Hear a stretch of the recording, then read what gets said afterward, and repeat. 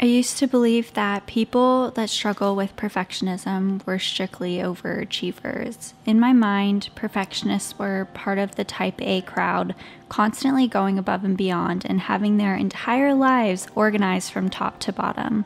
But then I learned that perfectionism can also look like someone that is a master procrastinator because they're deeply afraid of being rejected by others if they make a single mistake. They're afraid of failing. And when I heard that, I was like, wait, that's me. Learning that I'm not actually lazy, but instead just afraid of being a normal human that makes mistakes has really helped me figure out what I need to do to get out of my own way and to increase my productivity in a way that honors my intuition and feels balanced, healthy, and really good to me. So something that I've actually learned about perfectionism is that it stems from our inner child creating a set of rules to keep us safe, that ensure we are loved and accepted. And we created these rules because at some point in our life, we felt that we needed to protect ourselves from feeling pain or shame. This could have been because we experienced our teachers shaming us in front of all of our friends in class for saying the wrong thing. Our parents expressed their disapproval of our grades, or maybe we saw kids being made fun of or bullied for making mistakes. So what rules are you following that keep you in a perfectionist loop? Maybe you need to have a spotless house before anyone comes over. Or you have to be everyone's cup of tea because you can't risk someone disagreeing with you or not liking you. Maybe you have a rule where if you can't guarantee that you won't make any mistakes while progressing with a project, then you can't move forward or shouldn't spend your time on it. Or you have to be a subject matter expert before joining in on conversations that interest you. Identify what rules you're still following, and then we'll look at how we can break those rules and intentionally lean into the more rebellious part of ourselves. Striving for perfection is a habit that, when left on autopilot, often leads to unnecessary stress and feelings of frustration. And in order to break that habit and disrupt the rules we've been following since our childhood, it's important to stage your environment in a way that supports you moving forward towards your goals. And just like when you're trying to build any other habit, you want to reduce as much friction as possible. But this time, we're going to focus on reducing friction in your workflow. I used to be a huge fan of habit trackers, time tracking sheets, and even daily to-do lists. But taking an honest look at my patterns, I realized that every time I created them with the intention of refreshing my motivation, they'd end up being fuel for my perfectionist habits. I'd either get upset with myself for forgetting to check off my habit tracker every day, feel overwhelmed by my to-do list, or end up overly ambitious when time blocking my calendar for the week that I'd end up burning myself out. I recently shared that I completely stopped using my entire organization system so that I could really tune into my intuition and get to know what my natural workflow looks like. And by doing that, I feel like I've helped myself build a new system that supports me a bit better. And that system ended up looking a little something like this. A very simple workspace that I created using Notion. There's a place to dump and organize the random ideas that pop into my head each day. A table view showing me the projects I've scheduled out for the month, with little urgent symbols that pop up to show me what I need to prioritize. A calendar to set deadlines, and a personal page dedicated to my healing journey. Of course, everyone's natural workflow is going to look a bit different. I'm pushing past my perfectionist rules and finding a better work-life balance by setting and enforcing deadlines and not micromanaging myself every day, but instead allowing myself to flow with the natural ebbs and flows of life. But maybe you love having a habit tracker you can check off every day, and maybe time blocking your calendar really does help you get everything done.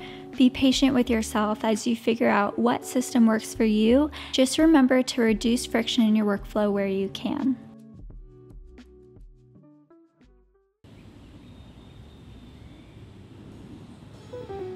It's human nature to measure our success based on external factors. It's normal to compare ourselves to our peers, our friends, or even celebrities or influencers that we admire. And sometimes we even measure our success based on our past performance. We'll look at KPIs or numbers to determine whether or not the effort that we put into something was good enough or worth it. But what if we change those metrics that we measure our success against? What if we prioritize the amount of joy or contentment that we feel during the process? Or how many times you've faced off with your ego and moved forward in spite of your fears? How well you listened to your body when it asked you for rest, or how much you've learned from the process. If we measured our success based on metrics like those, then you'd probably have so many more reasons to feel proud of yourself than you originally thought that you did. Expecting to find our worth from our achievements is only going to be met with us realizing that we are going to constantly crave more and more, that it'll never be enough. When you realize that you're actually the one in control of realizing your worth, that's where the magic happens. I love this quote from Brianna Wiest. Capture moments that matter to you rather than creating moments that matter for other people.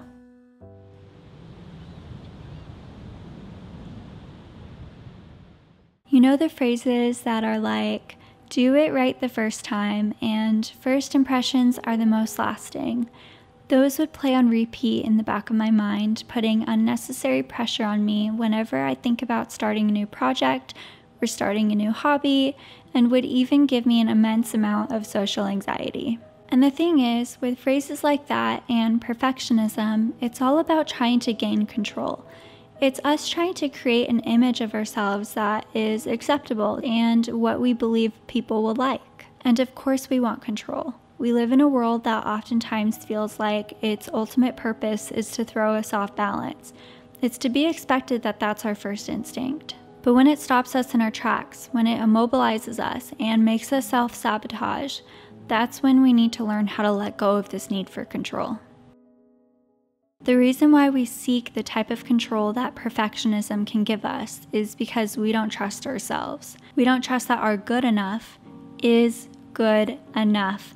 We don't trust that we can convey our intentions through our words, so we lay filters on thick and overanalyze what's between the lines. We don't trust that our intuition can be a sound guide for us. I know right now I'm speaking to an incredible person through this video. I know I can trust you to have your bases covered. I know you're a hard worker. I know you are perceptive and meticulous. I know you consider how you affect others before you act, and I know you crave the knowledge you need to provide the best solutions. Being a perfectionist isn't a bad thing. In fact, it can be your superpower when you learn to trust yourself and see that you are innately worthy of showing up exactly as you are. And building self-trust, just like anything else, takes practice. Practice showing up as you are in spite of that voice in your head telling you that you're not good enough. The more you step into situations that make you feel nervous, the easier it gets to move through them. And over time, you'll realize that your worth doesn't have to change based on external factors, that you can set it internally for yourself.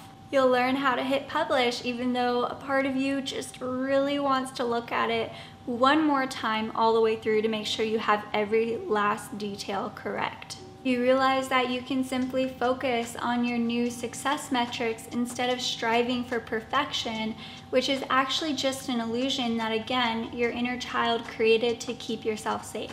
You don't have to know all of the answers. Those last-minute tweaks and those little details won't make or break what you create. You may not be where you want to be yet, but you will get there with time.